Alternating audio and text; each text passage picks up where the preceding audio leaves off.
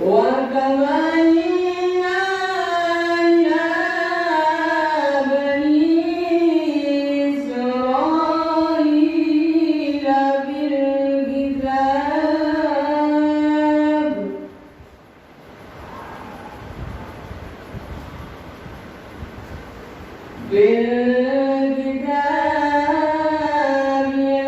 لتفسدن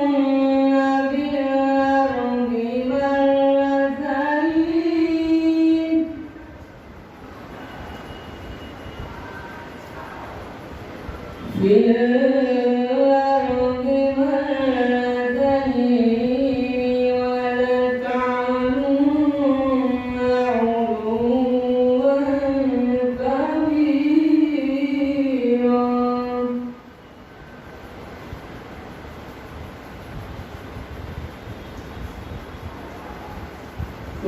ثم رددناكم كرة عليهم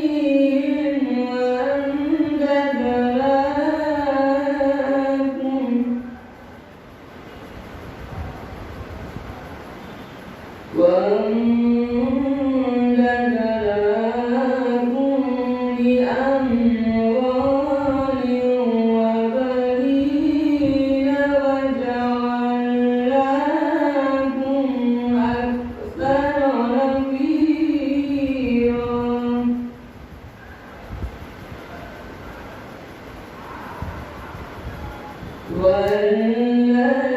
والذين لا يؤمنون بالآخرة أعتدنا لهم عذابا أليما صدق الله العلي العظيم وصدق رسوله النبي الكريم اللهم صل على محمد وآل محمد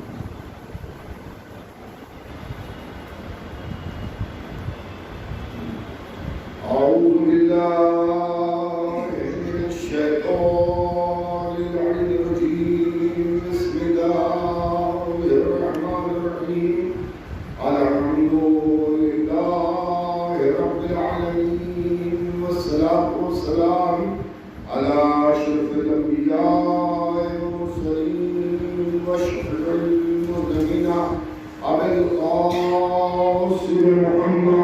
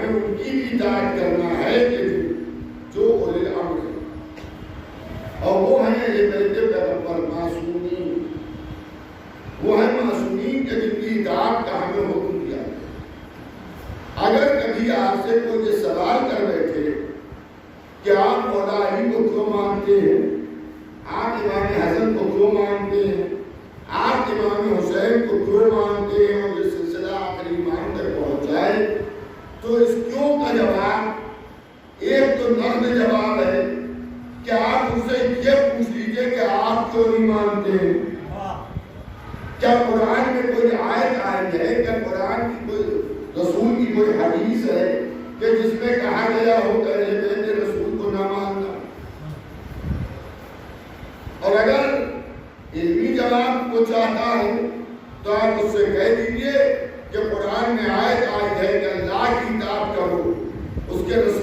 اطاعت کرو اور صاحبان اولی الامر کا اتباع اور ان کی پیروی کرو، کیونکہ اولی الامر سے مراد کہ ہمارے 12 امام ہیں، صدیقان ہیں، تو ہم ان کی اطاعت اسی لیے کرتے ہیں۔ اگر یہ بھی سمجھ لیے کہ ہمارا مذہب کوئی چھپا ڈھکا مذہب نہیں ہے، ہم علی اعلان ہر کام کرتے ہیں، ہمارے یہاں جماعتیں نکل کے چپکے کانوں میں باتیں نہیں کی جاتی ہیں، ہمارے یہاں مجلسیں ہوتی ہیں، لاؤڈ اسپیکر لگتا ہے، عام مجلسوں کو دعوت دی جاتی ہے، کوئی کھڑے ہو کے یہ نہیں کہتا کہ پہلے کہ بتاؤ شیعہ ہو تو اندر جانا، توجہ ہے یا نہیں ہے؟ جس مسلک کا بھی ہو، جس مذہب کا بھی ہو، ہمارے ہاں حسینیت کے دروازے کھلے ہوئے ہیں۔ آئیے آپ ہمارے مذہب کو سمجھیے اور دیکھیے، ہم یہ نہیں کہتے کہ آپ ہمارے مذہب کا کلمہ پڑھنے لگتے، ہم زبردستی کسی سے کبھی ہم یہ نہیں کہتے، نہ ہمارے کسی عالم نے کہا، نہ ہمارے کسی مبلغ نے کہا، نہ ہمارے کسی شاعر و ادیب نے کہا کہ صاحب آپ ایسا ہے اپنا مذہب چھوڑ کے آپ ادھر آ جائیں۔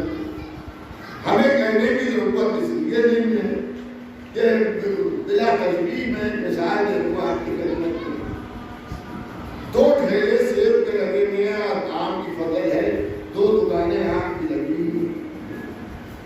دیکھیے جس کے کچھ کھوٹے ہوں گے وہ تو شاید بلائے، توجہ ہے نہیں، لیکن جس کا مال کھڑا ہوگا وہ خود جانتا ہے کہ اگر صاحب نظر ہوگا تو بغیر بلائے آئے گا۔ ایک اور سلوات بھیج دیجیے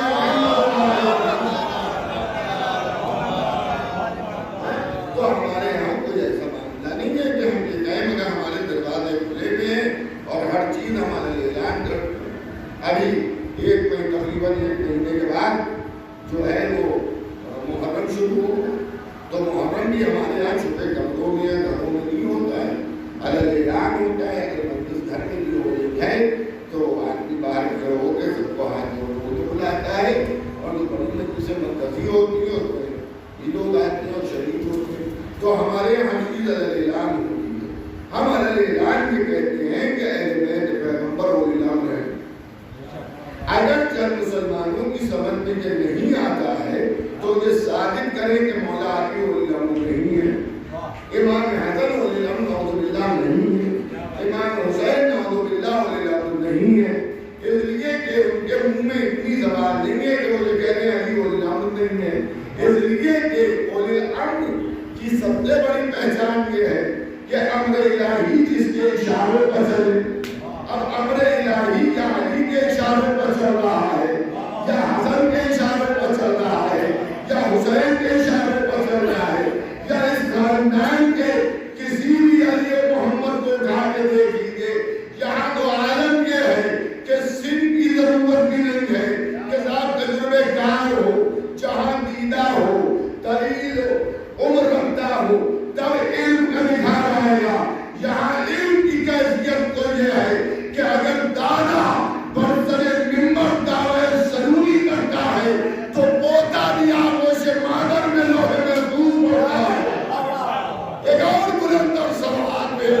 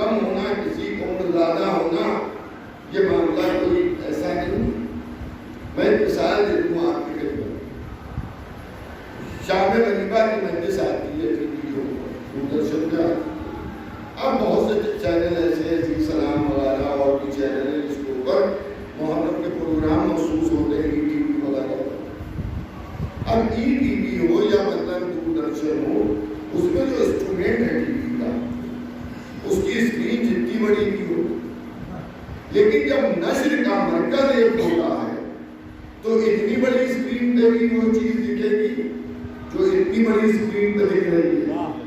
موبائل پہ بھی اگر آپ اس کی ویب سائٹ پہ گئے یہ چیز اس پر بھی دکھ رہی ہے. ایسا نہیں ہے کہ بڑی اسکرین لگی ہوئی ہے تو اس پر کچھ اور دکھ رہا ہے اور جو چھوٹی اسکرین کٹی ہوئی ہے اس پر کچھ اور دکھ رہا ہے. نہیں، اگر نشر کا مرکز ایک ہوگا تو چھوٹے بڑے کا فرق مٹ جائے گا. اب جو بڑے میں دکھے گا وہی چھوٹے میں دکھے گا. تو آل محمد کا مرکز ایک ہے. قد و قامت میں چھوٹے بڑے نظر آئیں گے، ظاہری بشری زندگی میں یہ بڑے چھوٹے نظر آئیں گے، لیکن مرکز علم ایک ہے. تو جو بڑا کہے گا وہی چھوٹا کہے گا. ایک اور کلمات بھیج دیجیے.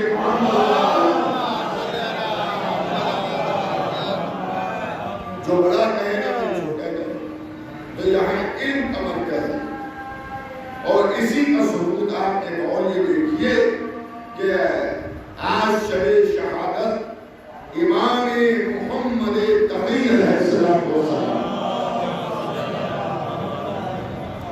ادھر آگے دیکھیے شب شہادت ہے ہمارے نبی امام.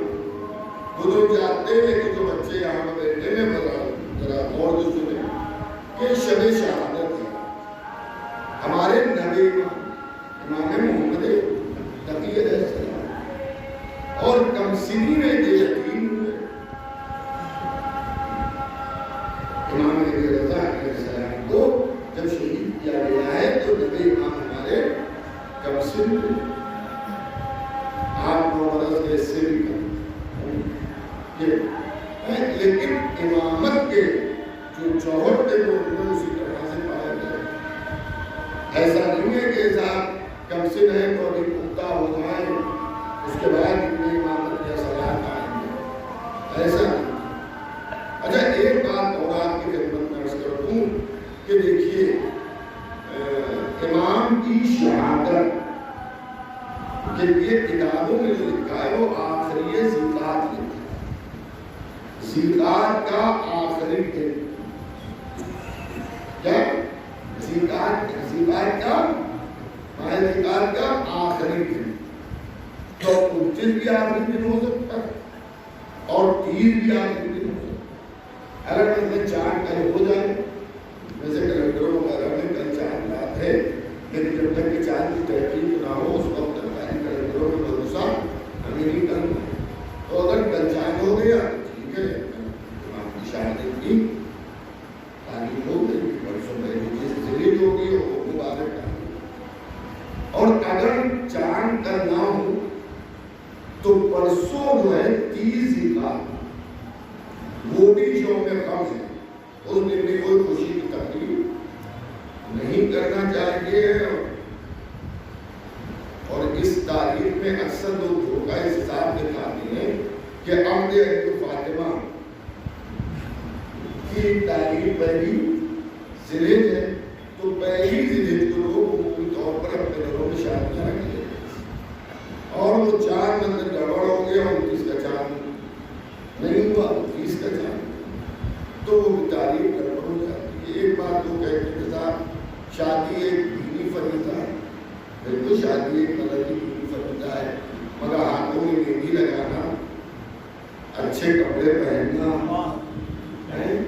بیوٹی پارلر جانا ایک دوسرے سے مطلب ہنسی مذاق کرنا یہ تھوڑی دینی فریضہ ہے. جس کے لیے شادی ہوتی ہے اس جگہ دن بھر خوشی کا ماحول رہتا ہے. عزیز آئے دوست آئے احباب آئے خوشی اچھے کھانا وغیرہ آئے عورتیں جو ہے وہ اپنے پناہ و سگار میں لگی ہوئی ہیں. مرد بھی اب تو مرد بھی بیوٹی پارلر جانے لگے ہیں. چہرے کا اردو جمال بڑھانے کے لیے بھی شادی ہے لیکن میں آپ کو بغیر بیوٹی پارلر جائے اگر چہرے کی کشش اور خوبصورتی کو بڑھانا ہے تو حدیث معصوم یہ ہے کہ دنیا میں جو کثرت سے وضو کرتا ہے اللہ اس کے چہرے پر نور بھر دیتا ہے. ایک اور صلوات دیجیے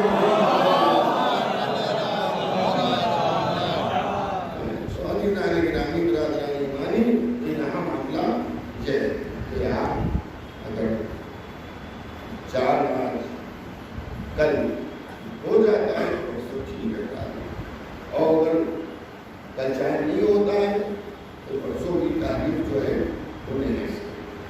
تو عزیزان گرامی برادران ایمانی، تو آخری بات دیکھو 29 سے اس لیے لوگ غم مناتے ہیں کہ اگر چاند ہو گیا تب تک 30 کے چکر میں شہادتی نکل جائے گی، تو اس لیے 29 سے لوگ شہادت کو مناتے ہیں.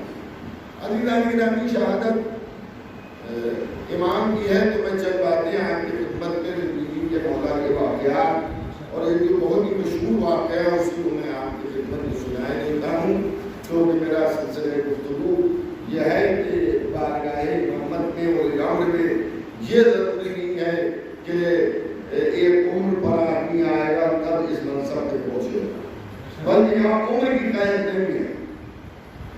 اگر امام ہے تو گھر میں بھی امام، اگر امام ہے تو پیدا ہوتے ہی امام. یہاں نہ یا چند سے چند کوئی بنایا نہیں جاتا ہے، وہاں پہ اللہ بنا کے یہ امام بھیجتا ہے.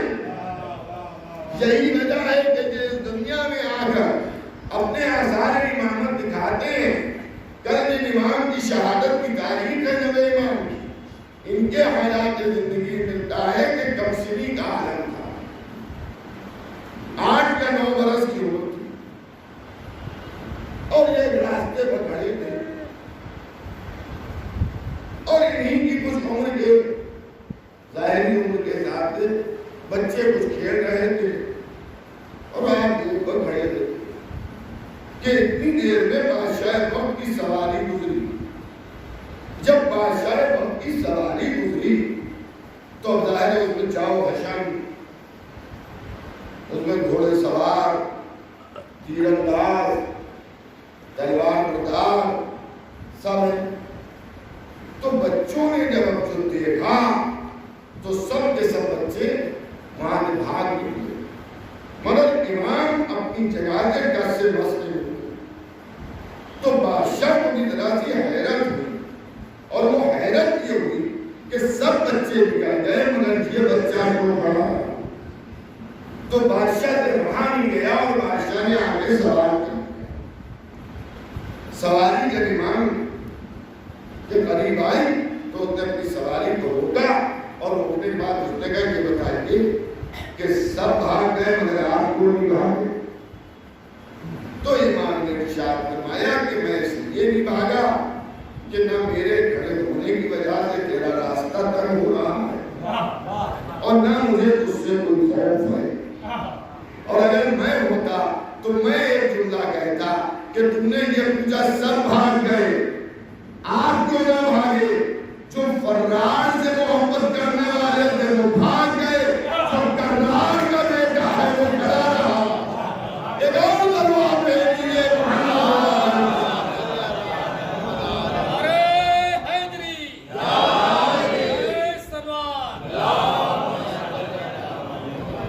اللہ کو اسے ترازہ محسوس ہوا. دیکھیے حاکم سے گفتگو کرنا آسان کام نہیں، جن کے سامنے جیسا بھی آدمی جائے وہ نرم پڑ جاتا ہے. لیکن امام نے تو اس میں خوف جھجک ڈر کا کوئی معاملے ہی نہیں رہے. امام گفتگو کرتے رہے. وہ چلا گیا شکار کرنے ملا، سیر و تفریح کرنے ملا، شکار کی غرض سے ملا. وہ شکار کی غرض جب ملا تو اس کے ذہن میں ایک ہی سوال گزرا کہ یہ کہیں خاندانی اہل سے تو تعلق نہیں رکھتی، یہ ہیں کون؟ مل جائیں تو گھر میں کوشش کرو تو دریافت کر کے. ادھر امام بھی انتظار میں رہے کہ آئے واپس تو میں بتا دوں گا کہ امامت کسے کہتے ہیں، حکومت کسے کہتے ہیں. تشریح ہے ادھر سے امامت کسے کہتے ہیں، حکومت کسے کہتے ہیں. اب عزیزان گرامی معاملہ یہاں پر پہنچا کہ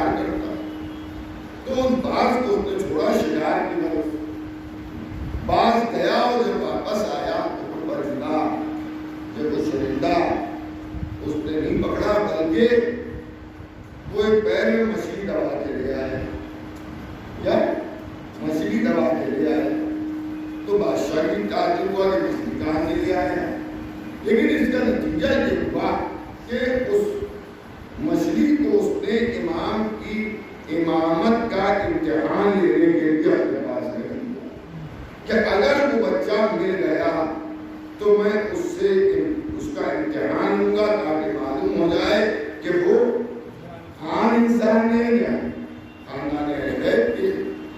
تو وہ لے کے پہنچا، دیکھا امام کھڑے، اس نے وہ چھوٹی سی مچھلی تھی اسے اپنی مٹھی میں دبایا اور دبانے کے بعد بھی پہنچا، اور اس کے بعد کہا کہ آپ ابھی تک کھڑے ہیں، کہا میں ابھی تک پوچھا، کیا میں کچھ پوچھنا چاہتا ہوں آپ سے؟ تو دادا کے لہجے میں ارشاد میں کیا پوچھنا چاہتا ہے پوچھ لو۔ اس نے کہا یہ بتائیے کہ میری مٹھی میں کیا ہے، میری مٹھی میں کیا ہے؟ اب شان امامت یہ تھی کہ امام نے اسی انداز سے ارشاد فرمایا کہ جس طرح سے دادا فرمایا کرتے کہ تفصیل سے جواب دیا، اور تفصیل سے جواب اس طرح سے دیا کہ بادشاہ نے باپ شکار اور سیر و تفریح کی غرض سے جب باہر نکلتے ہیں اور جنگل میں اپنے باز کو چھوڑتے ہیں تو جب وہ واپس آتا ہے تو اس کے پنجے میں ایک مچھلی ہوتی ہے، اس مچھلی کو وہ اپنی مٹھی میں دبا کر وقت کے امام سے یہ پوچھتے ہیں کہ میرے ہاتھ میں کیا ہے، میرے ہاتھ میں کیا ہے؟ افزا گھبرا گیا اور سمجھ گیا کہ یہ آٹھویں امام کے فرزند ہیں۔ اگر آٹھویں امام کی شہادت کے خون کا دھبا حکومت لگا ہوا تو اس کو دھونے کے لیے یہ بہت کام کر رہے، تو اس نے جو ہے چند سوال اور کیے اور اتر آیا سواری سے اور کہا ایسا ہے آپ میرے ساتھ چلیے۔ نبی امام سے کہا امام محمد تقی علیہ السلام سے صلوات کیا میرے ساتھ چلیے اور میں اپنی بیٹی کا ام الفضل سے کروں، مصلحت امام دیکھی،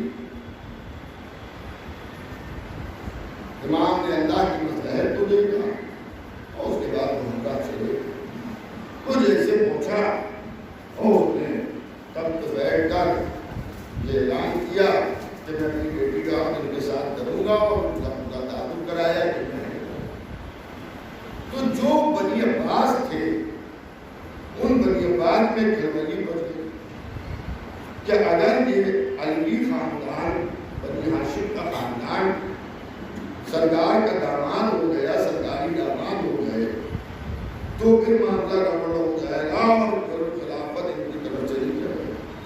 تو سب نے منع کیا بادشاہ، یعنی مخالفت بھی جو وزراء تھے صاحب کو آئے تو کہا کہاں ہے بیٹی کا شرعی کام ان سے کرے۔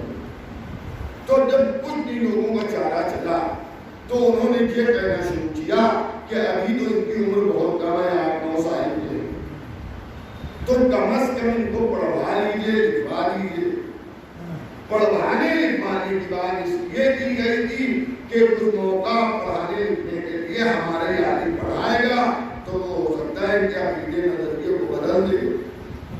تو بادشاہ نے دیکھا حق وہ ہوتا ہے جو سر پہ چڑھ کے بولتا ہے، تو بادشاہ نے جواب دے دیا کہ تم ان کو پڑھاؤ گے، دیکھیے دشمن گواہی دے، یہ سب سے بڑی بات ہے، تم ان کو پڑھاؤ گے، یہ تو قدرت کے پڑھائے ہوئے ہیں، یہ تمہیں پڑھا دے، اور اگر تمہیں یقین نہ ہو تم اپنے بڑے سے بڑے عالم کو لاؤ اور لانے کے بعد کہ منافع ہو جائے، سوال جواب ہو جائے تو سمجھ میں آ جائے گا کہ دنیا کو یہ ضرورت ہے کہ ان کو دنیا کی ضرورت ہے۔ ماں کرتا ہے یہ تو بچہ ہے، یہ کیا پڑھا ہے؟ ماں اس زمانے کا سب سے بوڑھا دیکھیے سن بھی بہت سے تجربات لاتا ہے اور انسان کا علم جو ہے وہ مضبوط ہوتا جاتا ہے. سمجھ گئے؟ اور پھر اپنے اوپر ایک اعتماد ہوتا ہے. تو وہ 80 سال کا بندہ یحییٰ بن اکثر اور بڑا عالم سمجھا جاتا تھا اس علاقے کے بڑے علماء میں اس کا شمار ہوتا ہے. تو اس کو یحییٰ بن اکثر کو لایا گیا. وہاں بہت سے علماء بیٹھے ہیں اور بہت مجمع ہے کہ 8-9 سال کا بچہ اور 80 سال کا بندہ کیا ہوتا ہے. تو دیکھیں شکست تو اگر مانیے تو وہیں پر ان کی ہو گئی.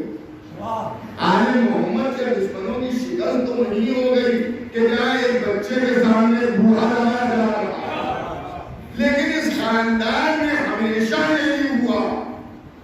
اب جو سمجھنے والے ہیں وہ سمجھ جائیں گے. جب مولا علی کی خلافت کا معاملہ آ جاتا تو وہاں بھی ایک بوڑھا لایا گیا تھا. اس بوڑھے پر بھی ہم لعنت کرتے ہیں, اس بوڑھے پر بھی ہم لعنت کرتے ہیں. ایک اور ضرورت بھیجی گئی.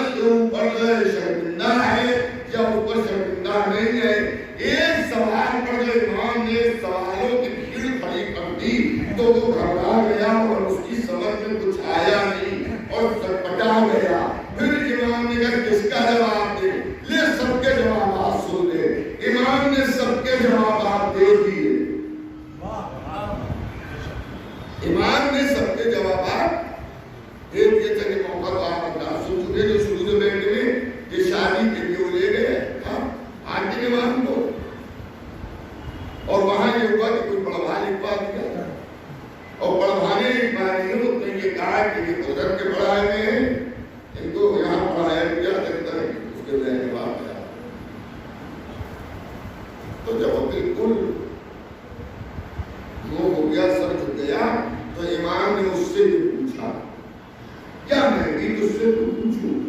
عقل مند اگر ہوتا تو وہ یہ کہہ دیتا کہ نہیں میں سمجھ گیا کہ آپ کا علم ہمارے علم سے بہت زیادہ، آپ اس سے نہ پوچھئے، میں اپنے علم اضافے کے لیے آپ سے کچھ پوچھوں گا، لیکن وہ کمبخت اب اس کی ضائع ہو چکی تھی اور اس نے کہا ہاں پوچھئے۔ تو امام نے اس سے پوچھا ایک عورت ظہر کے وقت حرام ہے، عصر کے وقت حلال ہو گئی، مغرب کے بعد حرام ہو گئی، عشاء کے وقت حلال ہو گئی، پھر آخری رات میں پھر وہ حرام ہو گئی، پھر صبح حلال ہو گئی۔ یہ عورت ایک ہے، مرد ایک ہے، وہ کون عورت ہو سکتی ہے؟ اب اس موقع پر ہم نے محترم خطیب رہبر مولانا مرزا محمد اطہر صاحب آل اللہ مقاموں ایک جملہ فرمایا کرتے تھے کہ ایک طرف اجازت ہے، دوسری طرف امام محمد تقی ہیں، ذوالفقار علم کی عزت پر مرحب جہل آ گیا۔ ایک اور دربار میں دیئے مرحب جہل آ گیا اور اسے بتا گیا اور پھر بتا نہیں پایا، تو امام نے تو اس کی تفصیلات ایک آزاد عورت ہے وہ حرام ہے، اسے مثلا کنیز بنا دیا گیا وہ حلال ہو گئی، اسے آزاد کر دیا گیا وہ حرام ہو گئی، اس سے نکاح کر لیا گیا وہ حلال ہو گئی، اس کو طلاق رجعی دے دی۔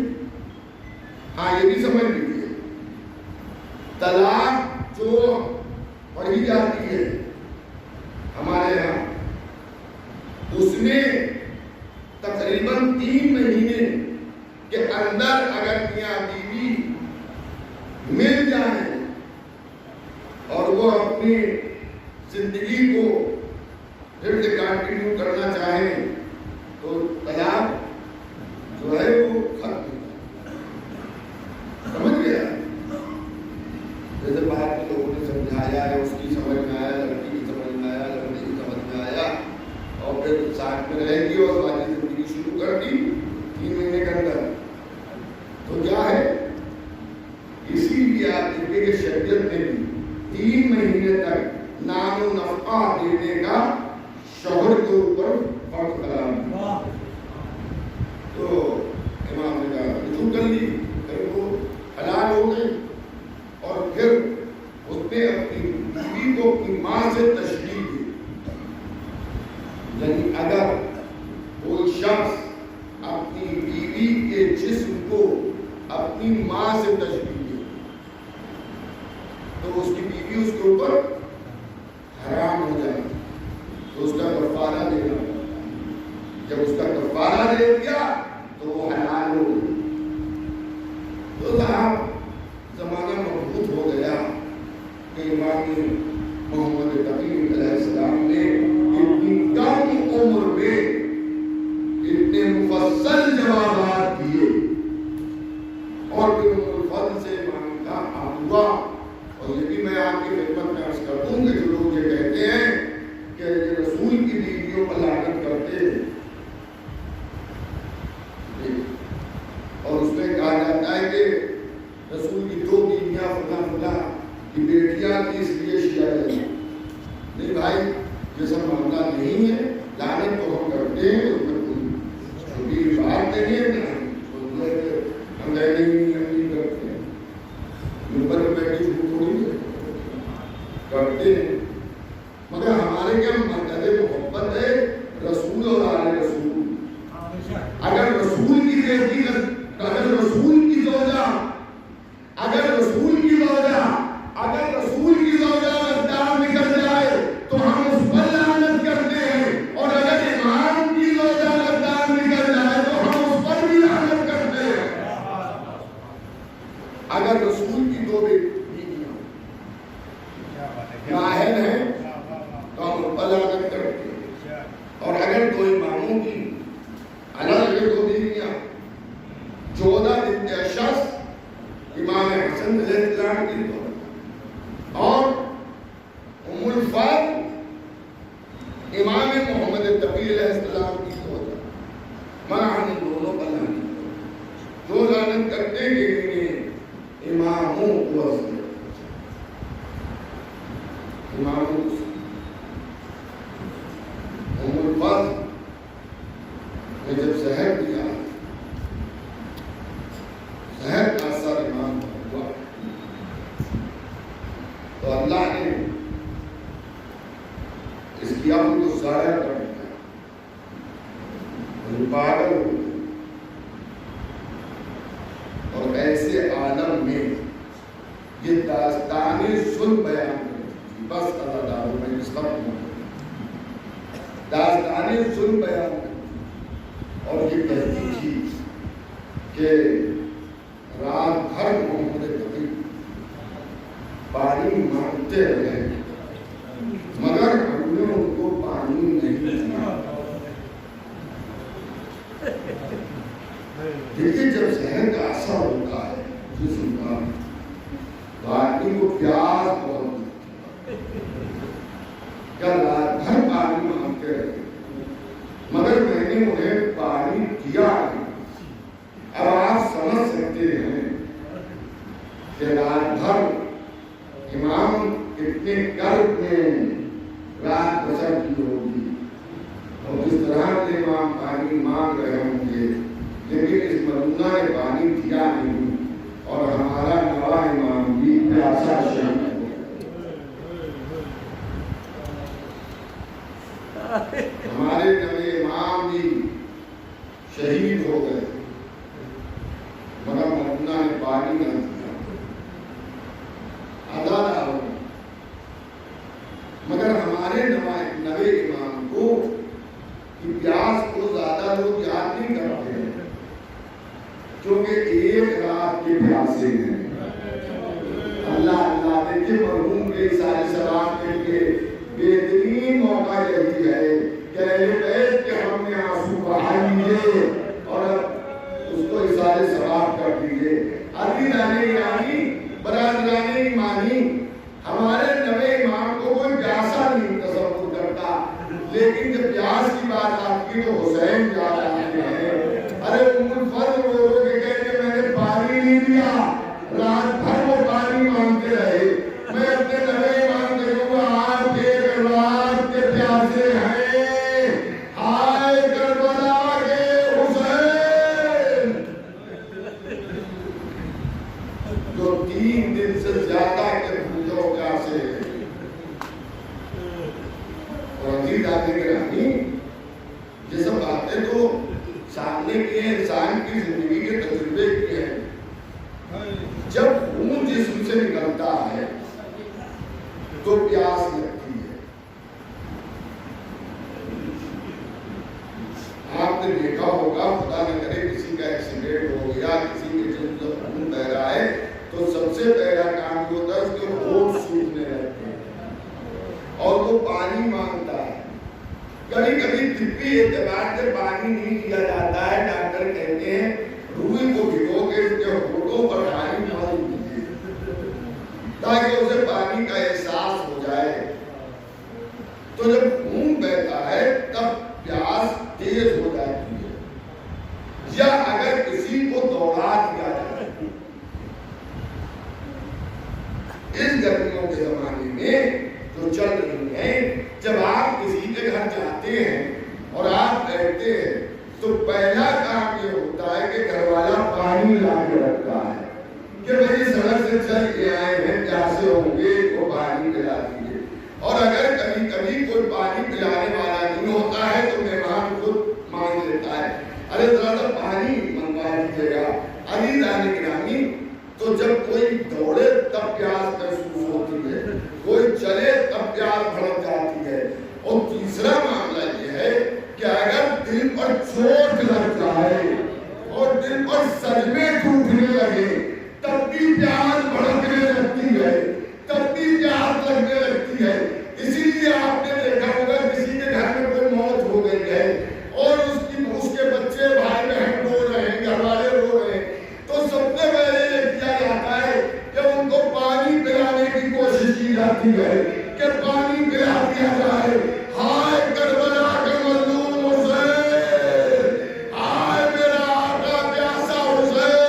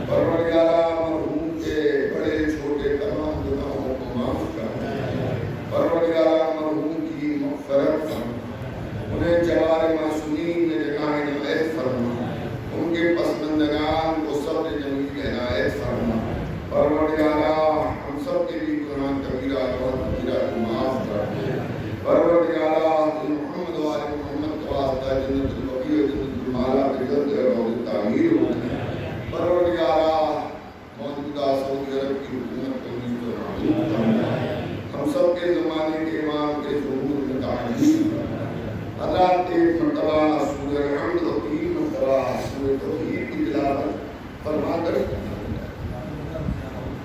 ریاض الحسن صاحب ابن ضیاء الحسن صاحب کی روح کو احساس